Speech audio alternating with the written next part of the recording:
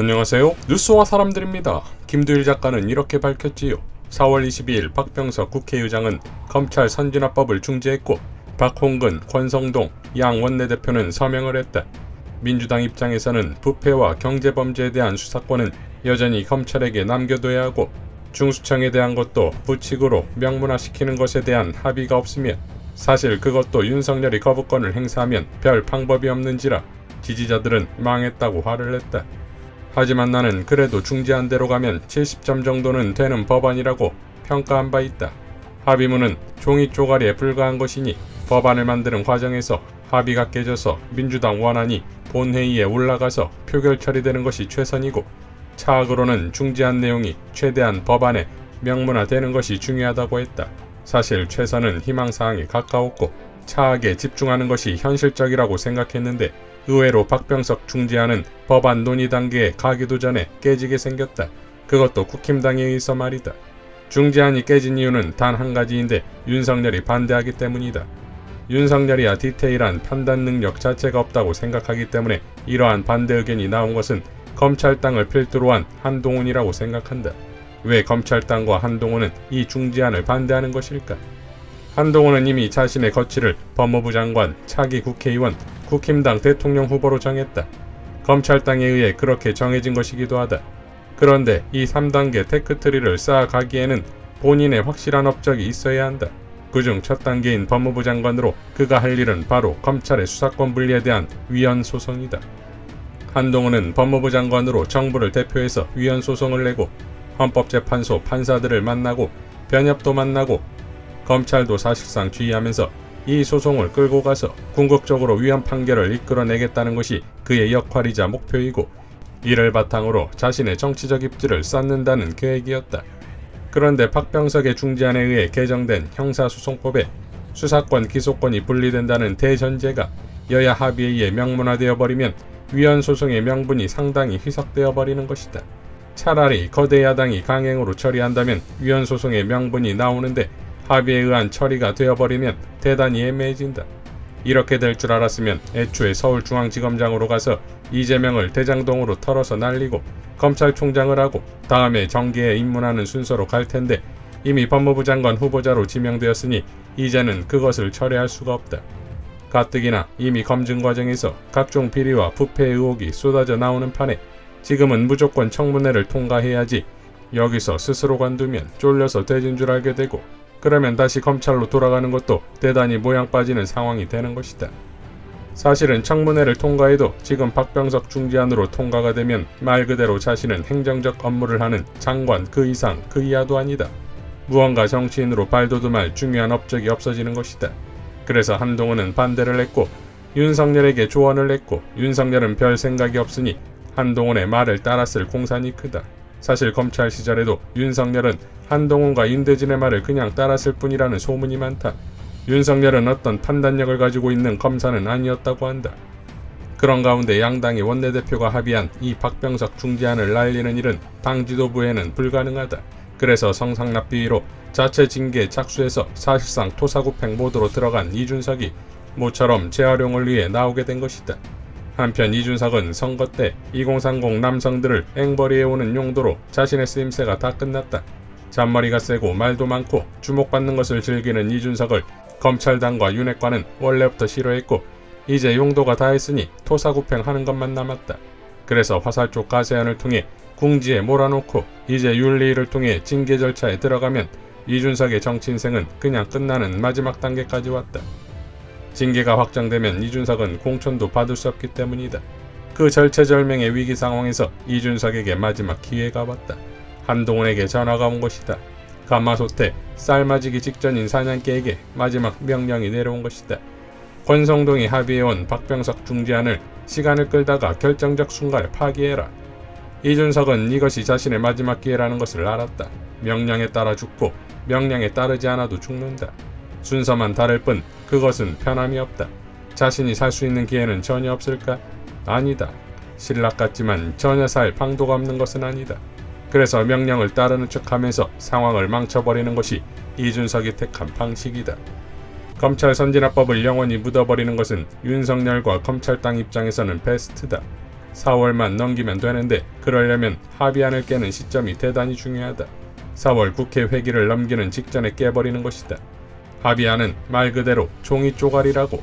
비난은 받겠지만 순간이고 기레기들은 자신들의 편이다. 그런데 이준석은 그 중요한 전략을 오늘 까버렸다. 자신이 한동훈과 통화를 한 사실마저 공개해버렸다. 왜 그랬을까?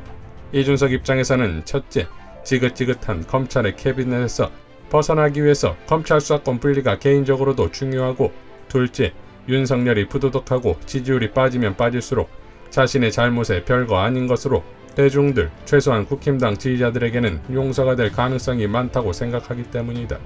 즉, 윤석열과 검찰당이 망가져야 역설적으로 자신의 입지가 정치적으로 좋아지는 반대 입장인 것이다. 때문에 한동훈의 명령을 따르는 척하면서 도리어 이를 망쳐버린 것이다. 그렇지 않으면 한동훈과의 전화통화를 공개할 이유가 없다. 법무부 장관 후보자가 당대표에게 전화해서 합의를 깨라고 이야기했다는 것과 다름이 없다. 그것을 통해서 민주당은 검찰 선진화법의 원안을 통과시킬 수 있는 마지막 기회를 얻었다. 애초에 박병석이 박홍근과 권선동을 불러서 합의를 강요하면서 내세운 조건이 자신의 중재안을 국힘당이 거부하면 민주당 안을 통과시킨다고 했고, 민주당이 거부하면 상정을 시키지 않는다고 했기 때문이다. 당시 박홍근 입장에서는 울며 겨자 먹기로 받을 수밖에 없던 상황이었던 것이다. 그래서 나는 박홍근은 할 만큼 했다고 한 것이다. 자, 이제 우리는 어떻게 해야 하나? 첫째, 박홍근 원내대표와 철험의 의원들에게 힘을 주자. 지난 박병석 중재안에 합의를 한 것 때문에 실망해서 박홍근과 철험의 의원들은 살짝 의견 충돌이 있었던 것처럼 보인다. 각자의 입장에서 그럴 수 있는 모습이지만 이제는 다시 힘을 모아야만 한다. 그들에게 다시 응원의 메시지를 보내고 원안 통과를 외치자. 둘째, 박병석 국회의장은 중재안을 깰 경우 민주당 안을 올리겠다는 약속을 지키라고 압박하는 것이다. 이미 박병석은 주말 내내 가루가 되도록 까이고 있고, 특히 지역구 사무실과 그가 다니는 교회까지 그의 강제 중재에 대한 비판의 목소리가 커졌기 때문에 박병석 입장에서는 지금 상황이 어쩌면 모든 것을 바로잡을 수 있는 좋은 기회라는 것을 깨닫도록 해야 한다. 셋째, 숨어서 반대하는 수박들은 172명 전원 법안에 이름을 올렸기에 지금은 시간을 끌려고 할 것이다. 자신들의 직접 반대하기보다 시간을 넘겨서 무력화되는 것이 수박들 입장에서는 좋다. 때문에 그들은 국힘당 지도부 결정이 나오고 이후에도 애초 중재안대로 법안을 만드는 것을 최대한 해야 한다고 주장할 것이다. 한마디로 가평잡 까는 소리다. 시간을 넘기려는 수작질이기 때문이다. 넷째, 시간이 별로 없다. 지금은 필리버스터까지 감안한 살라미 전술로 임시회기를 미리 소집할 일정이 나와야 한다. 그것을 박병석이 동의하도록 민주당 원내지도부와 철험의 의원들이 리드해야 하고, 우리가 여기에 힘을 실어주어서 숨어있는 수박들이 방귀를 들지 못하고 엉거주춤 따라오도록 만들어야 한다. 다섯째, 이 모든 것을 가능하도록 할 수 있는 것은 역시 지지자들의 목소리밖에 없다. 전화, 문자, 권리당원 게시판, SNS, 기타 할 수 있는 모든 수단을 동원하자. 4월 25일 월요일이 매우 중요한 분수령이 될 것이다. 지지자들은 화력을 집중해서 민주당이 일사불란한 움직임으로 검찰 선진화 법안을 통과시킬 수 있는 최적의 시간은 바로 월요일이다. 어렵게 기회가 찾아온 만큼 힘냈으면 좋겠다 라고 밝혔습니다. 자, 흥미진진하게 돌아가지요. 이수진 의원도 이렇게 밝혔습니다.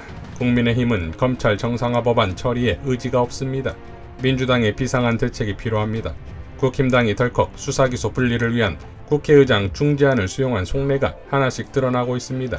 박병석 의장의 중재안이 중재안도 못되고 결국 검찰 정상화를 위한 절체절명의 시간만을 허비하게 되는 것은 아닌지 민주당의 비상한 대책이 필요합니다. 아니나 다를까 역시 국민의힘은 수사기소 분리의 검찰 정상화 개혁을 국민의힘은 수용할 의사가 없습니다. 이준석 국민의힘 대표는 중재안을 재논의하겠다고 합니다. 공청회를 주장하고 심지어는 한동훈 법무부 장관 인사청문회에서 이를 다루자고 합니다.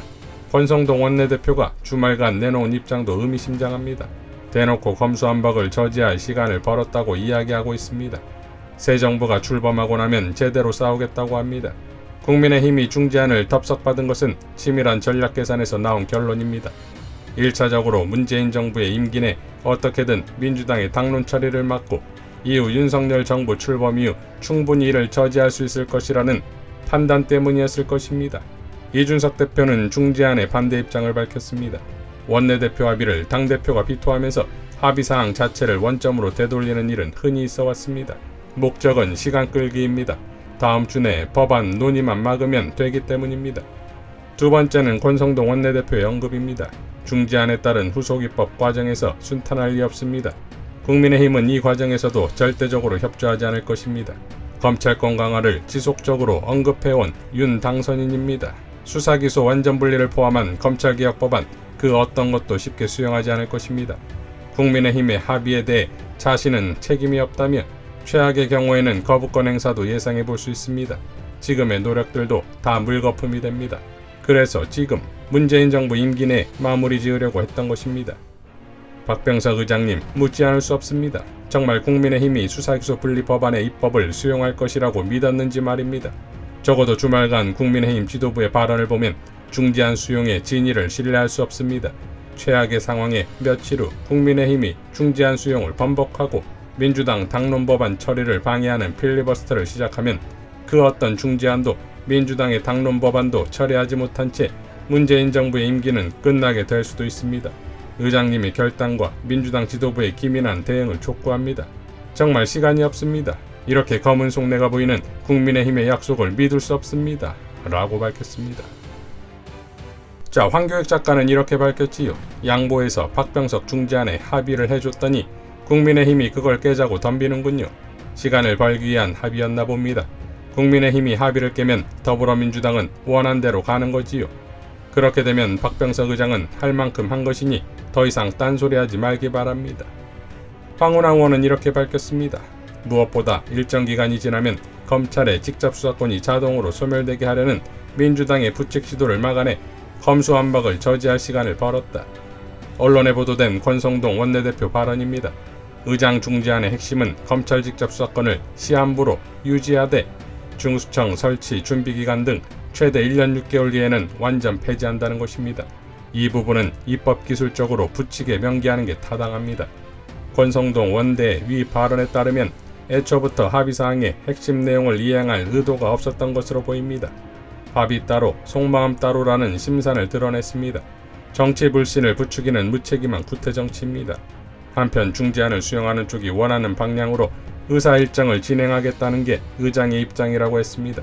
그렇다면 중재안 문안 그대로 이를 충실히 이행하기 위한 법률안을 만드는 쪽이 원하는 대로 의사 일정을 잡아야 합니다. 만일 중재안을 어느 한쪽이 깨버리는 상황이 온다면 모든 책임은 합의를 파기한 쪽에 있다는 건 명백합니다. 중재안은 양보안입니다. 합의가 깨지면 양보안의 의미가 사라집니다. 라고 밝혔습니다. 자, 그러니까 박병석은 국힘당에 놀아났거나 혹은 한패이거나 이거 아닙니까? 검찰 선진화법 저지의 이면에는 윤석열의 한동훈이 있고 윤석열이 곧 팽당한 숙청 리스트에 이미 오른 이준석의 최후의 저항이 있는 것인데 이러한 정치적 노름에 박병석이 제대로 놀아났다 이겁니다. 혹은 한패이거나 말이지요. 또한 대놓고 권성동이 자기가 불러준 중재안이라고 떠벌리고 이어 시간을 벌기 위해 중재안에 찬성했다는 것을 보면 얼마나 박병석 국회의장을 갖지 않게 봤냐 이거지요. 그러니 박병석 의장은 이것에 침묵한다면 놀림감이거나 혹은 한패겠지요. 그러니 박병석 국회의장은 약속대로 민주당 원안을 통과시킴으로써 이를 증명하기 바랍니다. 이상 뉴스와 사람들이었습니다. 시청해주셔서 감사드립니다.